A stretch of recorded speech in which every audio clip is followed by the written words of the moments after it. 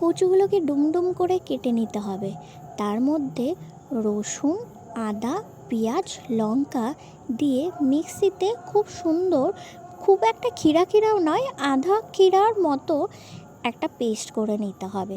তারপর কড়াই বসিয়ে নিয়ে তেলটা যখন গরম হয়ে আসবে তখন পেস্টটাকে পুরোটা ভালো করে দিয়ে দিতে হবে। দেওয়ার পর কচুটাকে খুব ভালো করে একটু নাড়াচাড়া করে নিতে হবে।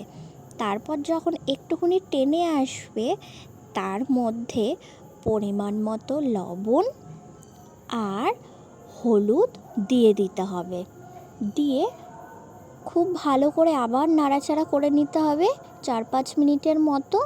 তারপর টমেটো আপনারা দিয়ে নিতে পারেন। আর নামানোর আগে সামান্য একটি চিনি। এই সুন্দর রেসিপিটার নাম হচ্ছে কৌড়া বাটা, কচু বাটাও বলে থাকে।